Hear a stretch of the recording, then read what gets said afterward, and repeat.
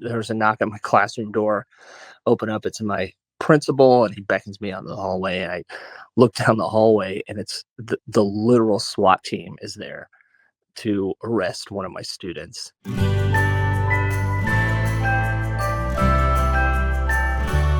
How to survive the classroom. Hey, teacher besties. I hope you guys are having the absolute best week, because my week has been, how do we put this?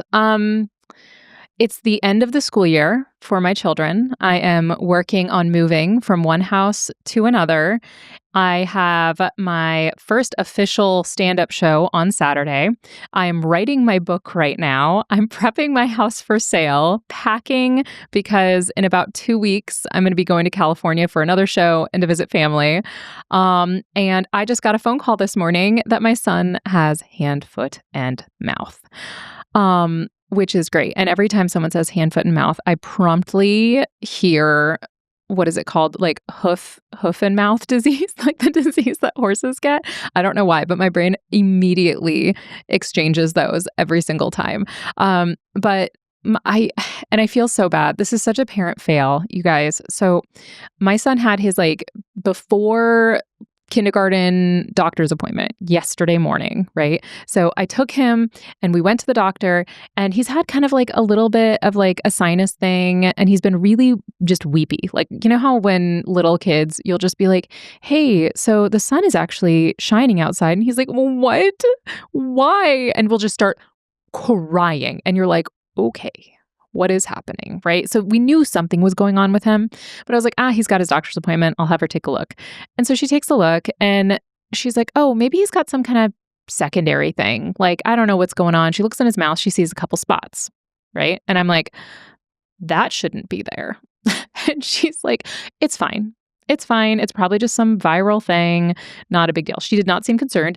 She looked at his hands, his feet, there were no spots. And so she was like, it's probably just a virus. I'll give you some antibiotics for the secondary sinus thing. Good to go.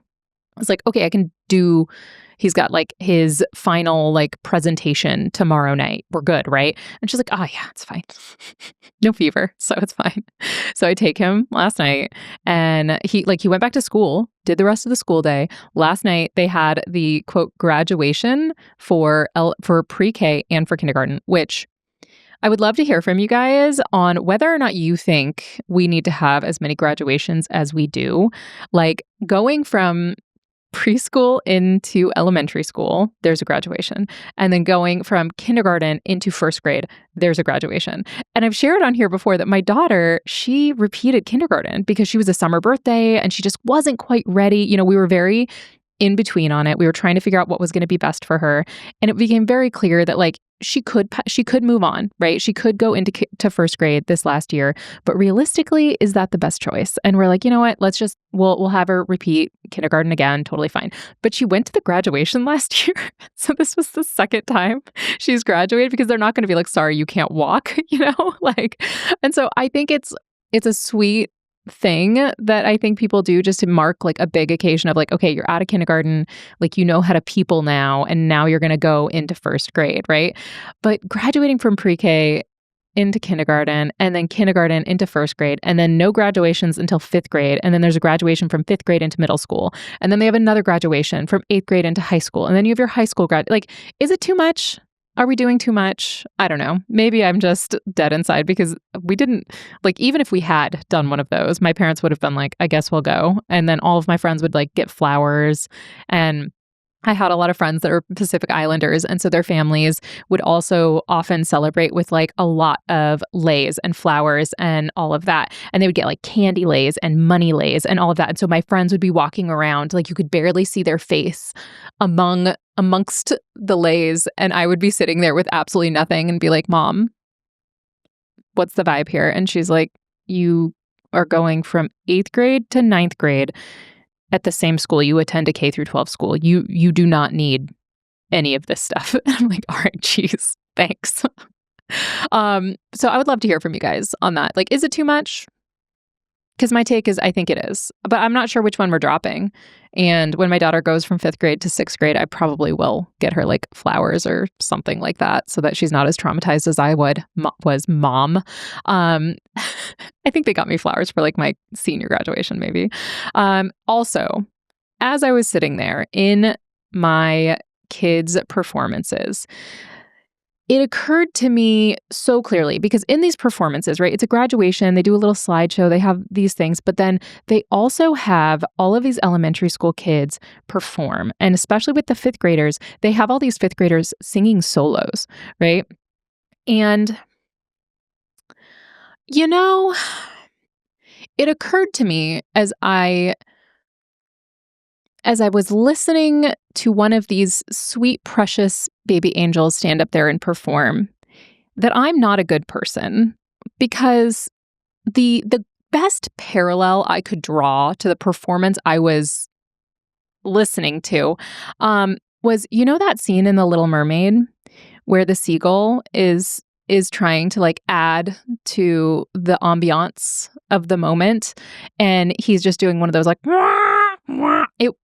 I'm not saying that it was the same sound, but it was the same energy, you know? And in that moment, as I was sitting there and I was literally like biting my cheek, trying to keep myself from laughing, it occurred to me that number one, I'm not a good person. And number two, elementary teachers are so much better people than high school teachers. And because there is no way in a high school performance that I could not. And the lack of self-awareness at that age, I think it's part of it, right? Because these kids are there, they're trying to perform, they're like singing their sweet, precious angel hearts out. And I'm sitting there thinking, like, why are we doing this? Why are we doing this violence to ourselves? Why are we doing this violence to these children? Like, I don't know. And elementary teachers, if you have a child who is tone deaf, and I, to be clear, cannot sing, right? I am completely tone deaf. I don't know how to do music at all. So if I'm sitting there and I'm like, this is painful to be a participant in what is happening right now, and you as an elementary teacher are sitting there and you have your whole class of little cherubs, and little Sally sits up and she's like, I want to do all solo, right? And you're like, oh, Sally, you can't sing. Do you guys say that? Or do you just say like, you know what, girl, you do you. You get up there and you sing your little heart out because you know that because you love this child, everyone's just going to like grin and bear it when it comes time for that day. Because I feel like in high school, we are far more willing to be like, you want a solo? Or you could help with stage management. Right? Like we like redirect it around a little bit more. Or maybe it's just one of those things where like Sally might be the only one willing to do it, even if Sally is tone deaf. I have never been one of those people that like if my kid came home and was like, I'm gonna solo, and I heard it and it was horrific, I would be like, okay, all right. I mean, I don't know what I would do. Like, would I just be like, yeah, Sally, get up there? I don't know. Children's performances just really make me think elementary teachers are saints because we're seeing them at this performance at the peak. This is the top level of their performance. They have practiced this like a lot. And so when we're seeing them, like this is the moment. So I don't know. That's just something that occurred to me as I was absorbing the sounds into my ear holes. Speaking of sounds, you guys may at some point hear like little clicky noises or little tappy noises. My sweet hand, foot, and mouth diseased child is in fact in the studio with me today.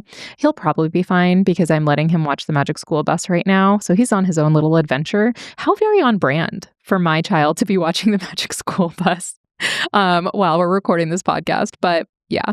So if you do hear something or like hear some like really heavy breathing, because I think his sinuses are a little inflamed right now, it's not me. It could be me, but it's also maybe him. So on that note, I would love to hear what has been going on with you guys. So let's listen to the first submission for this week.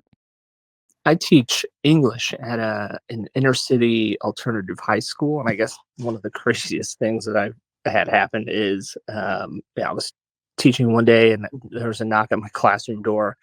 Open up, it's my principal, and he beckons me out in the hallway. And I look down the hallway, and it's the literal SWAT team is there to arrest one of my students.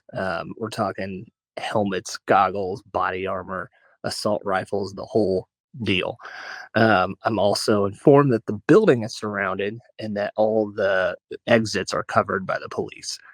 So then my principal asked me to go back into the classroom and call this particular student out in the hallway so that the police can arrest him, which I did.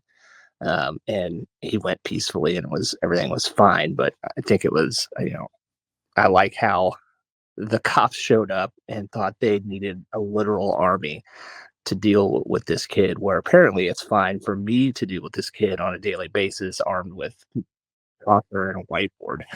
Seems a little ridiculous. I didn't even think about the fact that that's so true, that like the cops were so concerned about the potential danger of this student that they went that far, like had all of the exits, all of that kind of stuff all set up. And then this teacher is just there every single day with the kid doing his job, right? I can't believe that you did not tell us what the kid did to get arrested. Like, I am so curious. I'm assuming something violent or some kind of threat or something like that, but I cannot even fathom. And I mean, thankfully, the kid went peacefully. That is usually how it happens too. I've had that before where kids were either getting arrested or getting pulled out for various things and they didn't want to make a huge scene, because when kids are in the classroom still, if they are sitting there and they're like, in front of their friends getting arrested, they're way more likely to like try and pop off, as opposed to in the hallway. Usually they're just gonna be like, all right, whatever, because they usually know exactly why they're being arrested or detained. I do think it's also crazy that swatting has become a thing. I don't know if you guys have heard of this. I've actually had a friend who was running for a local school board, and the competition or it wasn't the competition. It wasn't my friend that got swatted, but I think that one of the kids of one of the other people that was in the race swatted one of the other people that was trying to get elected to the school board. And if you don't know what swatting is, basically you call in a threat and you try and make it seem like the threat came from that person so that the SWAT team shows up to their house.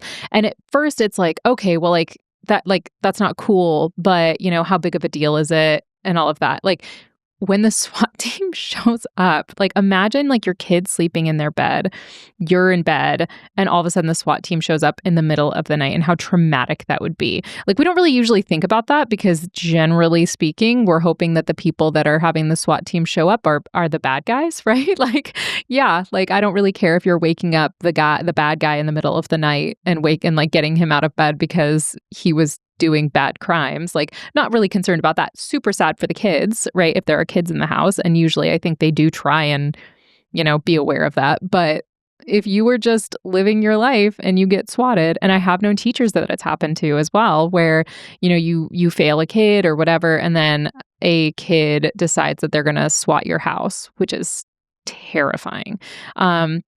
Which, by the way, I don't know if you guys are aware, and this is not at all an ad whatsoever, but I do want to make you aware of this resource that's out there before the resource section, because I have something else for that. But this is just, topical. There is a service called Delete Me, and they actually do ads. So hit me up, Delete Me. And it will basically go through and it will find publicly listed information about you, and it will delete it so that it makes it harder for people to find your personal information. I actually did that because I got a couple phone calls, and I got a couple of people messaging me my own address, and it's so weird doing online content, especially in the space that I'm in, right? Like, I'm not posting thirst traps. I'm not posting like content that is even really, for the most part, all that scandalous. Like, I guess there are some things I say sometimes that irritate people, but for the most part, I don't get that much hate on the internet.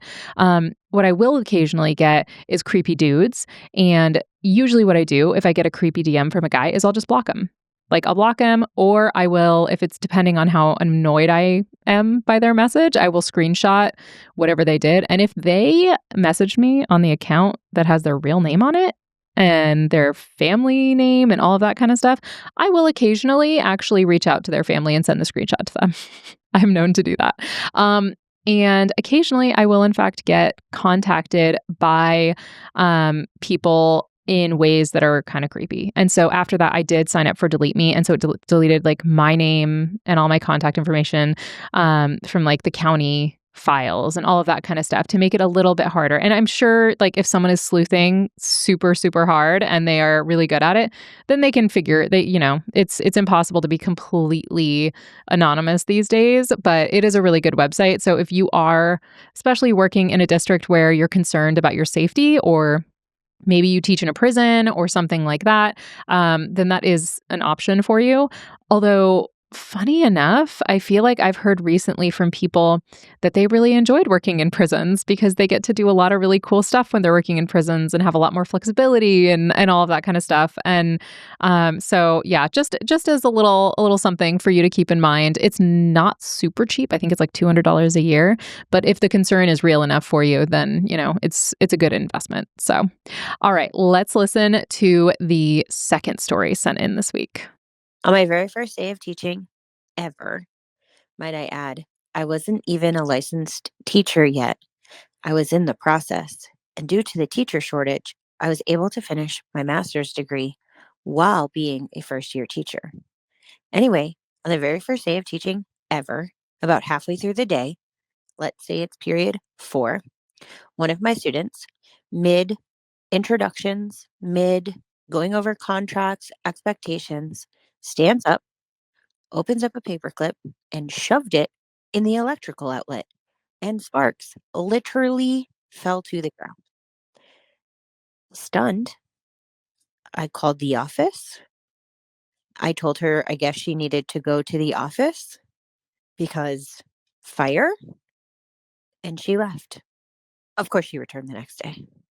Oh my gosh. I feel like this is something so many teachers are going through right now. I think I've talked about it in some of the last couple of episodes that there's like, they're saying it's a trend. I don't actually know if it's a trend or if it's just like one kid did it and now a bunch of kids are, I guess it might makes it a trend, right? Like Andrea, that's literally what trend is. But like kids are sticking metal paper clips, staples, all of that into the charging ports of their Chromebooks and damaging property and doing some light arson. But it sounds like this kid was an innovator and one of the first to really get a jump on that. So amazing for you. Doesn't it always seem like in the first year, that's kind of the vibe that kids get is they're like, maybe I should start a fire today. Right. I will say also that I do talk a lot about these kinds of things that happened to me in my first year teaching in my book that's coming out in May of 2026, which felt very far away when I started writing it. And now it's just a year away, which is very exciting. But I have a lot of stories like that where I was so dumb because I would tell them like, yeah, it's my first year teaching. And like, could you put a larger target on yourself? Like, especially because like the person who sent in that voice memo, I also wasn't licensed when I first started teaching. I was like in the program and all of that kind of stuff. And so I really didn't know what I was doing. And they were like, yeah, she is a mark for sure. She is an easy mark. So that would be my recommendation is it never helps to tell them if you are an early career teacher. Don't tell, like if you're in your first 3 years of teaching, don't acknowledge it. If they ask how long you've been teaching, doesn't matter.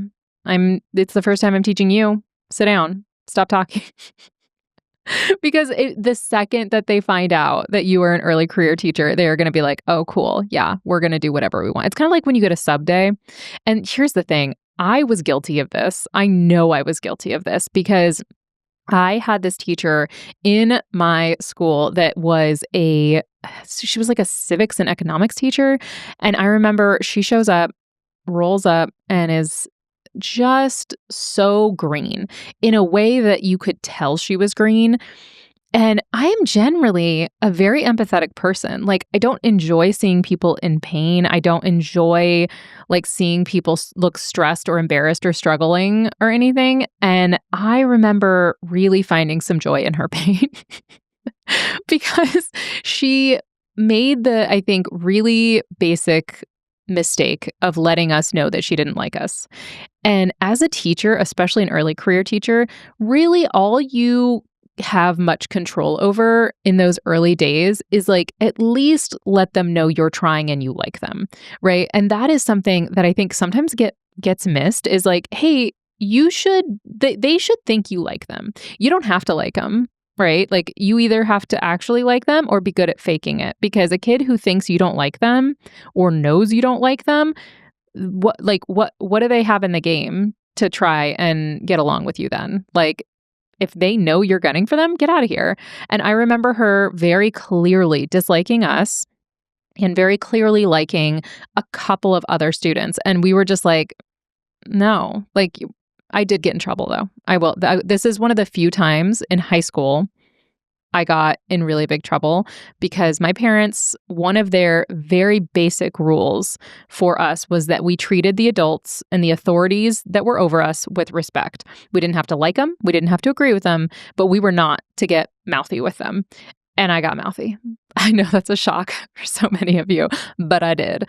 I can't remember I know what it was. She was wrong. See, I'm still indignant because now I have my doctorate in this and she was wrong because she was teaching something out of the book and the book said one thing and she said another. And I'm like, ma'am, it says this. She's like, no, it doesn't. And I'm like, okay, but it does. So, and as a teacher, I'm sure it was a nightmare, but I hope she learned a lot of lessons. She's still teaching, so I hope she's well. I hope she's learned a lot of lessons. But it was one of those that like early career teachers, you have to really try and make your students at least think that you're trying to teach them and that you're trying to like them and do what's best for them. Because if you don't have that, like truly, you have nothing. But I have something for you guys today. I'm very excited because this is a resource I used when I was in the classroom, and now it's an even better resource. And I'm going to tell you all about it right after this.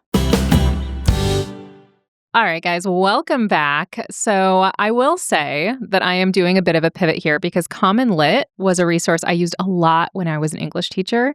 And it is free with the caveat that you have a school email address. And now I have a university email address.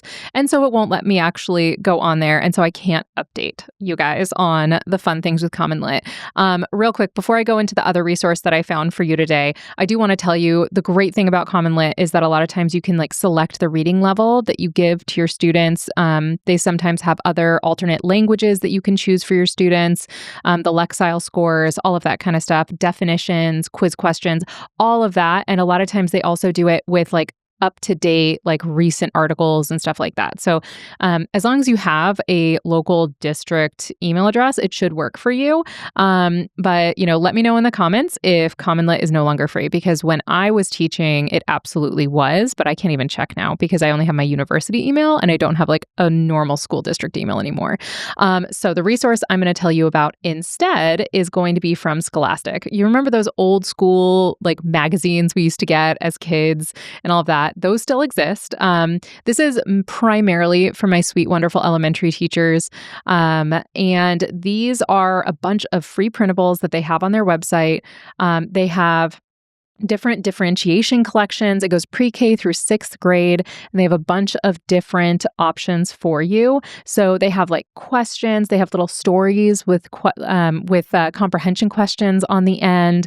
They have like basic fractions. I should probably review those because I'm so bad at math, but I probably could use even a review. Lots of like close reading passages, all of that kind of stuff. And it's free for at least the first 30 days, but it also looks like you can get a lot of these resources just downloaded right off the website. So if you are like sitting there and like, oh my gosh, I need a subplan day, this is a great resource for you and can at least set you up so that you've got something available for you so that you're not absolutely screwed when you realize that you need a full day. Something also that kind of blows my mind, because it's kind of a notorious fact that being sick as a teacher a lot of times is more work than just going to work sick, and I know that that's been the case for me a lot of times where I would be feeling really terrible, and especially before COVID, because once COVID happened, it feels like people were like, okay, maybe we need to put some systems in place. But before COVID, it felt like you had to be like on death's doorstep if you're going to not go to work, because you have to go through and you have to plan what you're going to do and you have to explain what you're going to do with every single class, right? And as a high school teacher, if you had 2 or 3 preps, that's, 45 to 60 minutes of planning that you have to write down for somebody, and then they're going to have to do 2 to 3 times throughout the day, right? But something that blows my mind is elementary school teachers who have the same group of students for 7 hours. 6 to 7 hours without a break, or with minor breaks because maybe they have like a specials class, or maybe they have to go outside for PE or whatever. Like, I- honestly and truly, how do you write lesson plans or sub plans for elementary classes that last all day? And that's just a genuine curiosity on my part, because I've only ever taught high school and college. And so I'm sitting there and I've been working on my book, and I'm trying to make sure, because and this is something I'm really trying to be cognizant of, because I only have experience in the high school classroom. And so I'm working with a lot of like elementary school teachers and stuff to make sure that I'm not missing pieces of the experience of being an elementary school teacher while I'm working on my book, because hello, like I've never actually done that. And it's a very different kind of rhythm if you're doing elementary teaching. And I want to make sure my book is helpful for everyone, regardless of what grade you're going to be teaching. But one of the things that I've been really working on and thinking about is like, okay, if you're doing elementary and you're having a sub day, so much of what you do throughout the day is building on the previous day. And that's, a lot of times that's the same for all these, especially math teachers, science teachers, all of that kind of stuff. So it's really hard to like create activities months in advance, which is, a best practice is like, oh, I'm going to be sick. I have this sub plan ready for if, my car breaks down or I get deathly ill or whatever, and I could just plug that in. But for elementary, I really want to know what elementary teachers are doing, especially if you have your subplans created in advance. Like, what resources are you using? Because like I'm looking at this website here on the Scholastic website, and all of this stuff looks good from my very naive perspective of I help my kindergartner with her homework. Like, it is amazing how specialized it is between teaching younger grades and teaching secondary. And this is something also I've been thinking about a lot because in the state of Indiana, they've recently done this huge shift for elementary and K through 12 licensed teachers, where you have to know the science of reading and you have to have passed like the certification course, because basically for a long time people were not using phonics, and that's an oversimplification, but they kind of started doing a couple cueing methods for learning to read and all of that, and we've since found that the way it was working wasn't very effective, and so now they're doing what they're calling the science of reading. And I just found out like 2 weeks ago that secondary teachers will also have to have an element of knowledge about the science of reading in their prep courses. So I'm now going to have to teach stuff about the science of reading to my secondary teachers, like future secondary teachers.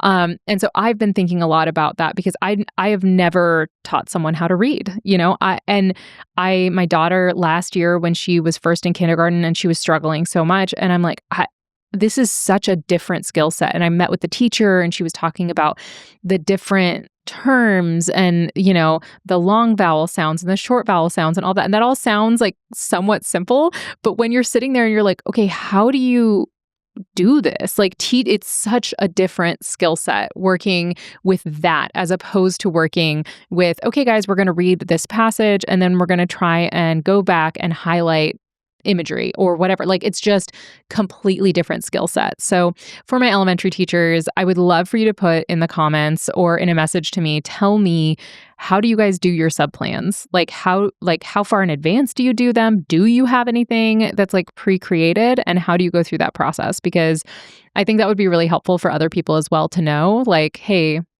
this is what I do. This is kind of like, maybe it's something that's like not going to further your students from where they were the day before. And you just accept that like that day they're going to be doing something else, right? Which is something I would do as a secondary teacher and be like, okay, it's a catch-up day. Like, tell class A they need to get done X, Y, and Z. And if they're done with that, then they can work on stuff for other classes, and sometimes that's the case, but that would be terrifying in a class of 6-year-olds to be like, okay, guys, you're just going to work on stuff. Like, absolutely not. That sounds so scary to me.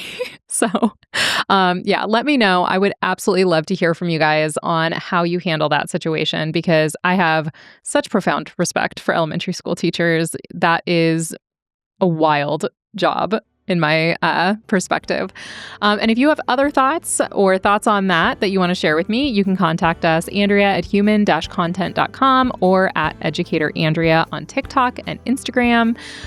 You can also contact the whole Human Content Podcast family at Human Content Pods. And if you want to catch up with me a little bit more, if there's not enough of How to Survive the Classroom in your life right now, you can also join the Patreon where you'll get bonus episodes. You'll be a part of the book club. We have lives. It's super fun. And you can get there on patreon.com/those who can read. And thank you so much to those of you guys who have left awesome reviews and shared the podcast with other people. I really appreciate it. And if you leave a comment, I will give you a shout out right around this part of the episode. So go on right now if you have not yet and leave a review for the podcast so that other cool humans can find it. Also, if you want to see me live and tell you some really unhinged, possibly troubling stories, I have a bunch of comedy shows coming up. You can check out the teachersloungelive.com website and you'll see the dates for me and Gasper and Phil as we are going to be touring around a lot of different places. And so that is updated. And then I have a couple of solo shows as well. And you can check out those dates on educatorandrea.com/tickets. One more thing. If you want to catch video episodes, they are up every week on YouTube at Educator Andrea. Thank you so much for listening. I am your host, Andrea Forkham. Our executive producers are Andrea Forkham, Aaron Corney, Rob Goldman, and Shanti Brooke. Our editor is Andrew Sims. Our engineer is Jason Portizo. Our music is by Omer Ben-Zvi. Our recording location is Indiana State by College of Education. To learn more about our How to Survive the Classrooms program, disclaimer and ethics policy, and submission, verification, and licensing terms, you can go to podcasterandrea.com. How to Survive the Classroom is a human content production. How to survive the classroom.